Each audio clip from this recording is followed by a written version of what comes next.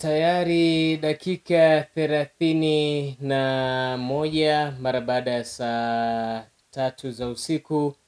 Ni siku nyingine nzuri tena Mwenyezi Mungu anatupa kibali cha kuendelea kuungana na watumishi wa Mungu kutokea kanisa la True Gospel Impact Church kwa mtumishi wa Mungu mchungaji Loita Mgeni. Lakini jioni ya leo tutapata nafasi ya kuungana na mtumishi wa Mungu mwinjilisti Patrick Ilomo ambaye Mungu anaendelea kumtumia kwa viwango vya juu kabisa. Kwa hiyo nikusii na nikukaribishe msikilizaji popote pale ulipo, tuweze kuungana pamoja tuone kila ambacho Mwenyezi Mungu amembariki mtumishi wa Mungu mwinjilisti Patrick Ilomo. Lakini kama uko na shida, uko na changamoto, basi moja kwa moja utapiga simu kupitia nambari ya simu ya mtumishi wa Mungu mwinjilisti Patrick Ilomo. Namba ni 0762 649652. Narejea tena 0762 Kwa utapiga simu pamoja na kutuma message hapo. Mtumishi wa Mungu atakwenda kukusikiliza na kukusaidia kila ambacho utakukihitaji jioni ya leo, uweze kuombewa ama upewe ushauri. Basi moja kwa moja nimkaribishe mtumishi wa Mungu mchungaji mwinjilisti Patrick Ilomo, tuone kila ambacho Mungu amembariki jioni ya leo. Mwinjilisti, karibu sana. Asante sana. Mungu awabariki sana kwa ajili ya ratiba na kwa ajili ya kazi ambayo Mungu kawapa kwa ajili ya kuitekeleza, hasa kwenye ratiba yetu ambayo Mungu ametupaka mafuta kwa ajili ya kuhakikisha tunafikisha habari njema kwa ulimwengu. Niseme ninamshukuru Mungu pia kwa ajili yako msikilizaji, kwa ajili ya kutenga muda kwa ajili ya kusikiliza habari hizi njema kwenye masikio yako. Inaweza kuwa baraka kubwa hasa kwenye maisha yako katika nyakati hizi ambazo Mungu ametuita kwa ajili ya kuhakikisha tunafikisha habari njema. Nawe hata kuwepo mpaka sasa, maana ni Mungu amekusudia uwepo ili aweze kusema na maisha yako, ili usiweze kupotea hasa katika nyakati hizi, hatimaye uweze kuifikiria toba na ukafike mbinguni. Nami bila kupoteza wakati, naomba nimshukuru Mungu kwa ajili ya ratiba. Baba, katika jina la Yesu Kristo, Mungu mfalme, ninalibariki na kuliinua jina lako katika yote, maana ndiwe peke yako utoshai katika kila hatua. Asante Bwana kwa ajili ya wasikilizaji, asante Bwana kwa ajili ya watazamaji, maana ndio utoshai katika kila hatua na ndio unayefanya kila jambo kwa shauri mapenzi yako. Nalibariki jina lako na kukuinua katika ratiba zote. Ninaachilia kila kitu mikononi mwako Bwana, kikashikiliwe nawe katika pande zote. Ninaachilia kila falme zikatiishwe chini kwa uweza wa mkono wako. Ninatangaza utukufu mkubwa katika jina la Yesu Kristo, na kila atakayesikia neno lako akaweze kupata uzima wa milele, hasa katika nyakati hizi, katika jina la Yesu Kristo, amen. Nami bila kupoteza wakati, hebu tuanze sasa kwenye ratiba yetu. Tegea sikio mahali popote unatusikia, ili Mungu aweze kusema nawe utakayetutazama uweze kuona nini hasa mazingira ambayo Mungu amekusudia hasa kusema nawe au kusema na moyo wako hasa nyakati hizi. Nami bila kupoteza wakati, leo tuzungumzie kitu kinachoitwa dhambi. Dhambi imekuwa ni gumzo sana kwa kila mtu na kwa kila anayezungumzika. Wengi sana wanasema dhambi, dhambi, dhambi, na wengi wamekuwa wakikemea dhambi sana. Sasa basi tuchambue dhambi kiBiblia inasemaje na dhambi maandiko yanasema nini. Itakuwa sababu sana ya sisi kutembea kwenye mazingira yaliyoko bora, tusiweze kupotea hasa katika nyakati hizi. Dhambi ni nini? Au dhambi ni kitu gani? Tutembea hasa kwenye maandiko. Tunapoenda kwenye barua ya kwanza Yohana wa kwanza sura ya 3 mstari ule wa 4, Biblia yangu inaniambia kitu kimoja: kila atendaye dhambi afanya uasi, kwa kuwa dhambi ni uasi. Kila atendaye dhambi afanya uasi, kwa kuwa dhambi ni uasi. Dhambi ni nini? Dhambi ni uasi. Dhambi ni kitu gani? Dhambi ni uasi. Uasi ni nini? Biblia inapozungumza uasi, kwa lugha nyingine ni upinzani, au kwa lugha nyingine ni upingaji. Uasi ni upingaji. Unapinga nini? Unapinga kitu gani mpaka unaonekana mwasi? Biblia inaweka wazi sana, yeyote anayelipinga neno la Mungu, tafsiri yake ni mwasi wa neno la Mungu. Na kama ni mwasi wa neno la Mungu, maana yake anafanya dhambi, anamfanyia dhambi Mungu, kwa sababu dhambi ni uasi. Bwana Yesu asifiwe. Mahali popote unanisikia, anasema kila atendaye dhambi afanya uasi. Maanake kila atendaye dhambi anampinga Mungu, au kila anayefanya kinyume na neno la Mungu anampinga Mungu. Kwa tafsiri nyingine, anatenda dhambi, au kwa tafsiri nyingine anafanya uasi. Uasi ni upingaji, au uasi ni upinzani, au uasi ni kulipinga neno la Mungu. Hiyo kwa tafsiri nyingine ndio inaitwa nini? Dhambi. Bwana Yesu asifiwe. Bwana Yesu asifiwe sana mahali popote unanisikia. Kwa hiyo basi, Biblia inapozungumza dhambi ni uasi, anataka tuweze kuelewa kwa upana sana, hasa nyakati hizi. Kwa nini Roho Mtakatifu anasema dhambi ni uasi? Anataka tuweze kutembea kwenye usahihi wa neno la Mungu. Unapotembea kwenye usahihi wa neno la Mungu, tafsiri yake haufanyi uasi, ila unapokwenda kinyume na neno la Mungu unafanya uasi. Kwa tafsiri nyingine, unafanya dhambi. Bwana Yesu asifiwe sana. Bwana Yesu asifiwe sana. Sasa basi, majibu yamekuwa mengi sana, hasa katika nyakati hizi. Unaweza kukuta mtu mwingine anasema huyu mtu anafanya dhambi, eti kwa sababu amemwona naiba anasema anafanya dhambi, eti kwa sababu amemwona anafanya uzinzi anasema anafanya dhambi. Biblia inaona wazi sana dhambi ni uasi. Okay, nisikilize kwa umakini. Unapokwenda yale matokeo ya kuiba ni matokeo au ni matunda ya dhambi. Dhambi inaishi ndani. Dhambi ni nini? Dhambi ni utawala ambao unaishi ndani ya mtu. Sasa ule utawala ambao unaishi ndani ya mtu una matokeo. Yale matokeo au yale matunda yanapotokea, ndo mtu anaona huyu mtu ndani yake inaishi dhambi. Bwana Yesu asifiwe. Bwana Yesu asifiwe sana. Yale matokeo ndo yanadhihirisha, au yale matunda ndo yanadhihirisha matokeo ya utawala unaoishi ndani ya mtu. Okay, kama inaishi haki, maanake huyu mtu ataleta matokeo ya haki. Kama inaishi dhambi, huyu mtu ataleta matunda ya dhambi. Bwana Yesu asifiwe sana.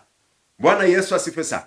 Sasa matunda ya dhambi yanatokana na dhambi ambayo inaishi ndani ya mtu. Matunda ya dhambi yanatokana na utawala unaoishi ndani ya mtu. Matunda ya haki yanatokana na utawala unaoishi ndani ya mtu.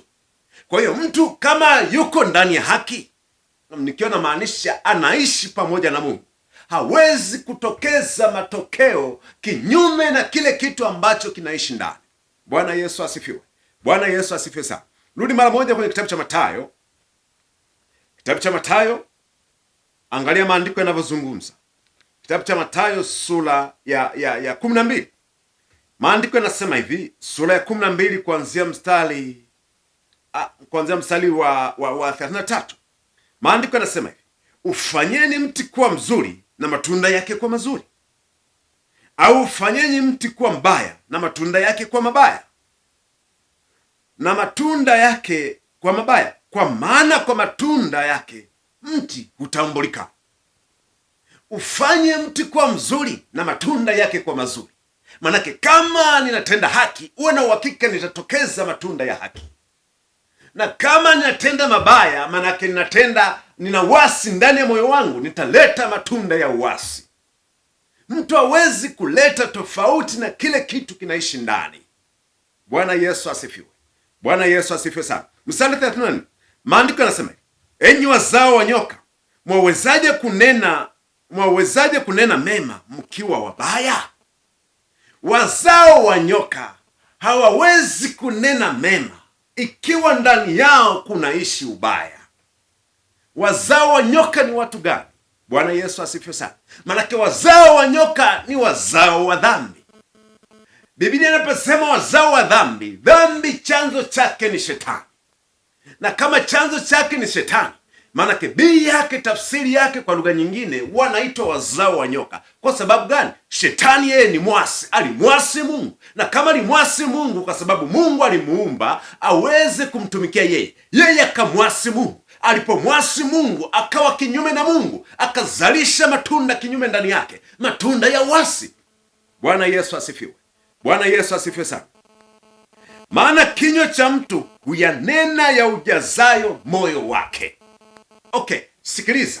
Mungu anatamani ndani ya moyo wa mtu kuwe na akiba au kuwe na hazina. Ile hazina ndio inaitwa hazina njema au hazina mbaya. Hazina njema inatoa mema, hazina mbaya inatoa mabaya. Ndio maana hata sasa hivi ukitembea, watu wengi sana, hata kinachotokeza ndani ya kinywa chao unaona ni matusi. Kwa nini? Huna haja ya kujua au huna haja ya kujaji. Kwa nini? Ndani ya akiba yao imejaa uasi. Wakati umejaa uasi, lazima toe uasi. Bwana Yesu asifiwe. Bwana Yesu asifiwe sana. Mahali popote unanisikia, ndugu msikilizaji, Mungu anataka kusema na moyo wako ili uwe salama kabisa na uweze hatimaye kumwabudu Mungu wa mbinguni katika haki. Nisikilize. Mtu mwema katika akiba yake njema hutoa yaliyo mema, na mtu mbaya katika akiba mbaya hutoa mabaya. Mtu mwema katika akiba njema hutoa mema, na mtu mbaya katika akiba mbaya hutoa mabaya. Kwa hiyo basi, huna haja ya kuanza kutafiti sana au kuanza kufikiri. Ikiwa uko ndani ya Kristo, Yesu atakujulisha huyu ndani yake imejaa akiba gani. Kwa hiyo hata mwalimu yoyote anapofika kufundisha, au kiongozi yote, aidha mchungaji wako, aidha nabii wako, aidha mtu gani, sikiliza, kipimo kikubwa ya kuwa ndani yake iko akiba gani. Ukiwa umeshiba neno la Mungu, utang'amua wazi sana ndani ya mtu huyu imejaa akiba gani. Imejaa akiba ya pesa, imejaa akiba ya madanganyo, imejaa akiba ya haki. Wazi sana, huna haja. Bwana Yesu asifiwe. Bwana Yesu asifiwe sana. Sasa basi, watu wengi sana wanakemea dhambi. Dhambi wameshindwa kuikemea. Wewe hata ungekemea, ikiwa ndani ya mtu inaishi dhambi, huwezi. Aliyekuja kuzivunja, sogea mara moja kwenye kitabu cha Yohane wa kwanza. Angalia Biblia inavyosema. Yohane wa kwanza hapo sura ya 3. Barua ya kwanza Yohana sura ya 3. Angalia maandiko yanavyosema. Sura ya 3 kuanzia mstari ule wa 4. Biblia inasema 5. Nanyi mnajua ya kuwa yeye alidhihirishwa ili aziondoe dhambi. Aziondoe dhambi wapi? Zinazoishi ndani ya watu. Yeye aliwekwa wazi. Nani aliwekwa wazi? Kristo aliwekwa wazi ili aziondoe dhambi. Aziondoe dhambi wapi? Ambazo zinaishi ndani ya watu, ndani ya mioyo ya watu. Aziondoe dhambi. Kwa nini aziondoe dhambi? Biblia inasema na dhambi haimo ndani yake. Wakati anaziondoa dhambi ambazo zinaishi ndani ya mioyo ya watu, yeye ilitakiwa asiwe na dhambi ndani yake. Cha kwanza, ndani yake kusiwe na uasi, ili aweze kuondoa uasi ambao unaishi ndani ya mioyo ya watu. Bwana Yesu asifiwe. Bwana Yesu asifiwe sana. Sasa basi, sikiliza, ikiwa mchungaji wako, ikiwa nabii wako, ikiwa nani wako, kama anaishi kwenye uasi, haiwezekani kuondoa dhambi. Kwa nini? Tafsiri yake, Yesu ambaye ni kiongozi, cha kwanza ilitakiwa awe nje ya dhambi, ili aweze kuziondoa dhambi ambazo zinaishi ndani ya mioyo ya watu, ili waweze kuwa salama. Maanake wawe na mfanano kama yeye alivyo. Dhambi ni nini? Nikazungumza nikasema dhambi ni uasi. Bwana Yesu asifiwe. Bwana Yesu asifiwe sana. Tunaenda mstari wa 6. Kila kae ndani yake hatendi dhambi. Kwa nini? Kwa nini hatendi dhambi?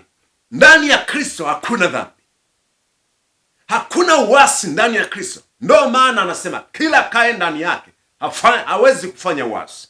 Nisikilize, kila atendaye dhambi hakumwona yeye wala hakumtambua. Kila atendaye dhambi au kila ufanyaye uasi hakumwona Kristo wala hakumtambua. Kwa lugha nyingine, wala hakuweza kumfahamu.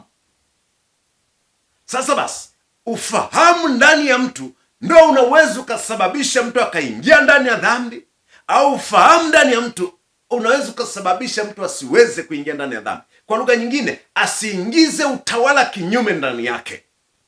Bwana Yesu asifiwe. Bwana Yesu asifiwe sana. Kwa nini? Kristo aliwekwa wazi ili aziondoe dhambi. aliwekwa wazi aziondoe dhambi ili tuwe huru. Biblia inasema na tuwe huru kweli kweli. Bwana Yesu asifiwe. Bwana Yesu asifiwe sana. Bwana Yesu asifiwe sana. Rudi mara moja kwenye kitabu cha Mwanzo. Kitabu cha Mwanzo kabisa, sura ya 4. Tuone Biblia inaanzia wapi na inatutengeneza mazingira gani ili tuweze kuelewa. Kitabu cha Mwanzo sura ya 4. Angalia maandiko yanavyosema. Sura ya 4 mstari kuanzia wa 6 na wa 7. Biblia inasema, Bwana akamwambia Kaini, kwa nini una ghadhabu? Anamwambia Kaini, kwa nini una ghadhabu? Kwa lugha nyingine, ndani ya mtu ambaye anamuishia Kristo hakutakiwi kuwa na ghadhabu. Ghadhabu ni nini? Bwana Yesu asifiwe. Bwana Yesu asifiwe sana. Naomba unisikilize vizuri uweze kuchukua point, uweze kuelewa. Ghadhabu kwa lugha nyingine ni maumivu yanayosababishwa na jambo fulani. Yale maumivu yanavyosababishwa na jambo fulani, kile kitendo cha kuingia kwenye maumivu ndo kinaitwa ghadhabu. Bwana Yesu asifiwe sana. Sasa Mungu anamuuliza Kaini, kwa nini una ghadhabu? Angalia maandiko anasema mstari wa 6, na kwa nini uso wako umekunjamana? Kwa nini una ghadhabu ndani? Na kwa nini uso wako umekunjamana? Anamuuliza. Ghadhabu ilipoingia ndani ikasababisha kukunjamana uso. Kukunjamana uso manake ile ghadhabu iliyoko ndani ikatoka mpaka nje ya uso wake, nje ya muonekano wa sura yake, manake mpaka sura ikakunjamana. Kwa nini sura inakunjamana? Na kwa nini ndani yake kumeingia ghadhabu? Mstari wa 6, angalia maandiko yanasema, kama ukitenda vyema hutapata kibali. Kama ukitenda vyema hutapata kibali. Okay, sikiliza. Manake tafsiri yake, matokeo ya Kaini kuingia kwenye ghadhabu, matokeo ya Kaini kukunjamana uso wake ni matokeo ya kutotenda sawasawa na Bwana. Bwana Yesu asifiwe. Bwana Yesu asifiwe sana. Matokeo ya kutotenda sawasawa na neno la Bwana kukamsababishia Kaini aingie kwenye ghadhabu, kukasababishia Kaini aingie kwenye kukunjamana sura yake. Tafsiri yake, hata uzee kwenye maisha yako unasababishwa na ghadhabu ambazo zinaishi ndani yako mpaka unaonekana mzee kumbe kijana. Bwana Yesu asifiwe. Bwana Yesu asifiwe sana. Bwana Yesu asifiwe sana. Nisikilize. Kama ukitenda vyema hutapata kibali. Kama ukitenda sawasawa na neno langu hutapata kibali, hutapata nafasi kwangu. Angalia maandiko yanasema, usipotenda vyema dhambi iko. Usipotenda vizuri au usipotenda sawasawa dhambi iko. Kuna kituo anataka utafakari. Dhambi iko. Nikakwambia dhambi ni utawala ambao unaishi ndani ya mtu na chini ya mfalme wake ambaye ni Shetani. Bwana Yesu asifiwe. Bwana Yesu asifiwe sana. Anasema dhambi iko. Iko inafanya nini? Inakuotea mlangoni. Dhambi iko inakuotea mlangoni. Bwana Yesu asifiwe sana. Bwana Yesu asifiwe sana. Sikiliza, anasema dhambi iko inakuotea, halafu iko mlangoni. Manake kama iko mlangoni, manake dhambi ni utawala, dhambi ni nafsi kabisa, inaishi na wakati wote inakuotea. Hata wewe inakuotea, hata wewe inakusubiri, hata wewe inakutamani. Bwana Yesu asifiwe. Bwana Yesu asifiwe sana. Angalia, anasema usipotenda vyema dhambi iko inakuotea mlangoni, nayo inakutamani wewe. Na ndo maana mpaka sasa unaishi, huwezi kutoka kwenye mazingira hayo ambayo yanakusumbua, kwa sababu dhambi inakutamani. Inakutamani fanya nini? Uingie kwenye ufalme wake, uzidi kubaki kwenye ufalme wake, usiweze kutoka kwenye ufalme wake. Imekung'ang'ania. Kwa nini? Yesu hajaingia ndani ya moyo wako. Yesu ndo mwenye kuiondoa dhambi ndani yako. Yesu ndo mwenye sababu ya wewe kuwa salama kwenye maisha yako. Kwa nini? Yeye ndo aliyewekwa wazi ili aziondoe dhambi, aziondoe kazi za ibilisi ndani yako. Bwana Yesu asifiwe. Bwana Yesu asifiwe sana. Ninaendelea. Angalia maandiko yanavyosema. Dhambi iko inakuotea mlangoni, nayo inakutamani wewe, walakini yapasa uishinde. Lakini yapasa uishinde. Dhambi iko mlangoni. Mlango wapi? Mlango wa nyumba yako au mlango upi? Biblia inazungumza wazi sana. Mlango wowote wa mtu au mlango wowote wa dhambi ni ufahamu. Mlango wowote wa mazingira yoyote ya kiroho ni ufahamu. Ufahamu ndio mlango wa dhambi. Unapokosa kuwa na ufahamu sahihi wa neno la Mungu, unasababisha dhambi izidi kuwa na mamlaka ya kuweza kukumiliki. Unapoingia kwenye ufahamu sahihi wa neno la Mungu, dhambi inakimbia. Kwa lugha nyingine, Yesu anaiondoa dhambi, halafu unakuwa mali ya Kristo. Manake ili ufalme wa dhambi uondoke au ufalme wa uasi uondoke ndani yako, anatakiwa ingie ufalme mwingine. Mfalme huyo anaitwa Kristo, ndio mwenye kuweza kuiondoa dhambi yako, mwenye uwezo wa kuondoa uasi ndani yako, na hatimaye na wewe kuwa salama. Hatimaye wewe uweze kumwabudu Kristo peke yake, aliye sifa na utukufu kwenye maisha yako. Yeye ana uwezo wa kuondoa ghadhabu ndani yako. Yeye ana uwezo wa kuondoa sura yako kukunjamana. Yeye ana uwezo kuondoa kila mazingira ambayo magumu yamekutawala ndani ya maisha yako. Bwana Yesu asifiwe. Bwana Yesu asifiwe sana. Bwana Yesu asifiwe sana, ndugu msikilizaji. Sasa basi, nyakati hizi kweli kuweke huru, hii kweli kusababishe dhambi yako iweze kuondolewa, hii kweli iweze kuwa sababu ya wewe kumpokea Yesu awe Bwana na Mwokozi wa maisha yako. Ndio maana maandiko yanazungumza yeye ni Bwana na Mwokozi wa maisha yetu. Kwa nini? Maisha yetu yalikuwa chini ya utawala wa dhambi. Maisha yetu yalikuwa chini ya utawala wa giza. Maisha yetu yalikuwa chini ya utawala wa uasi. Sasa basi, unapompokea Yesu, Yesu anakuwa mwokozi wa maisha yangu. Yesu anakuwa mwokozi wa salama yangu. Yesu anakuwa mwokozi wa mimi kuwa mali yake. Bwana Yesu asifiwe. Bwana Yesu asifiwe sana, ndugu msikilizaji. Kwa hiyo sababu kubwa au jambo kubwa linalokudai kwenye maisha yako, kwa sababu huna Yesu Kristo aliyekufa akafufuka. Sikiliza, ndio maana dhambi inakutamani, ndio maana dhambi imekushikilia, ndio maana dhambi imekung'ang'ania. Unajaribu hata kuacha sigara, haiwezekani. Sikiliza, unajaribu kuacha pombe, haiwezekani. Kwa nini? Uko chini ya himaya, uko chini ya utawala. Unajaribu kuacha wizi, haiwezekani. Wizi unakutamani muda wote. Unajaribu kuacha hiki, hakiwezekani. Kwa nini?